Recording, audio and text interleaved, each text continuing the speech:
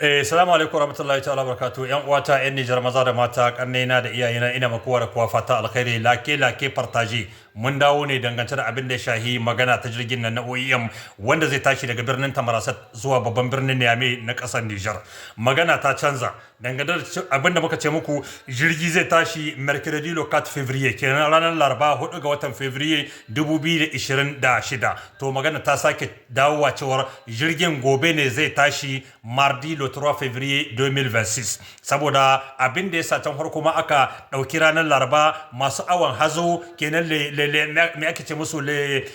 comment il s'appelle les météo ne masu awan hazo da duhu da rana da iska su ne suka ce cewar kaman gobe jirgin ba zai iya tashi ba shi yasa aka hidda ranar Laraba cewar ranar ne jirgi zai dauki yan Nijar daga Tamarasat zuwa babban birnin Niamey to amma magana ta dawo gobe ne idan Allah ya kaire an saki an auna an kissa cewar gobe lahiya kalau ne jirgi zai iya tashi daga Tamarasat zuwa babban birnin Niamey kenan magana jirgin OEM gobe ne idan Allah ya kai mana rai mardi le 3 février 2026 Allah subhanahu wataala bai kadarce ni ba na gaya muku cewar wannan jirgin zai tashi a gabana a ranar Laraba to kana taka Allah yana tashi yanzu wannan magana da aka gayi lokaci ya kure mini da ya na dauko tike na gobe ne da daddare zan tashi zuwa Tamarasat kenan zan waye sahiyar Laraba to Allah bai kaddarce ni ba kana taka Allah yana tashi amma ina so faka ku kokari ku like ku partage wannan video ya kai ga kunnuwan duk waɗanda suka saurari video na farko kenan su yi amfani da wannan video shine na karshe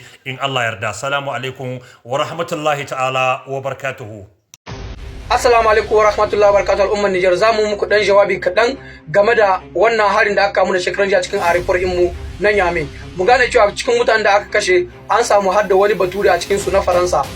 Jama'a na ji mutane da yawa suna cewa mutanen nan sun zo ne saboda su sace wannan Iranian. Magana gaskiya ba haka ne ba. Idan kuna tuna a cikin Faransa akwai wani babban mutum wanda yake da mukami a cikin gwamnatin Emmanuel Macron yayi wani jawabi inda yake cewa ba za su zura ido su kalla cewa Niger ta sai da wannan Iranium sannan kuma za su bi kowace irin hanya ce domin su dakile Niger akan sai da wannan Iranium sannan suka ce za su yi sankcione duk wata kasa wadda ta yi yunkurin sayan wannan Iranium ga Niger tunda yanzu sun ga Rasha ce za ta saye shi babu abin da za su iya yi da Rasha shi yasa suka doka engagement cewa su zo wannan Iranium su tarwatsa shi Niger ta rasa ita ma France ta rasa hakan suna ga cewa ya fi musu sauki amma kun gane cewa wannan Iranium da a ce sojawanmu ba su dakile waɗannan 'yan ta'addan ba har suka yi tasiri suka tarwasa wannan Iranium kun san irin bannar da zai muna cikin ƙasar mu ta Niger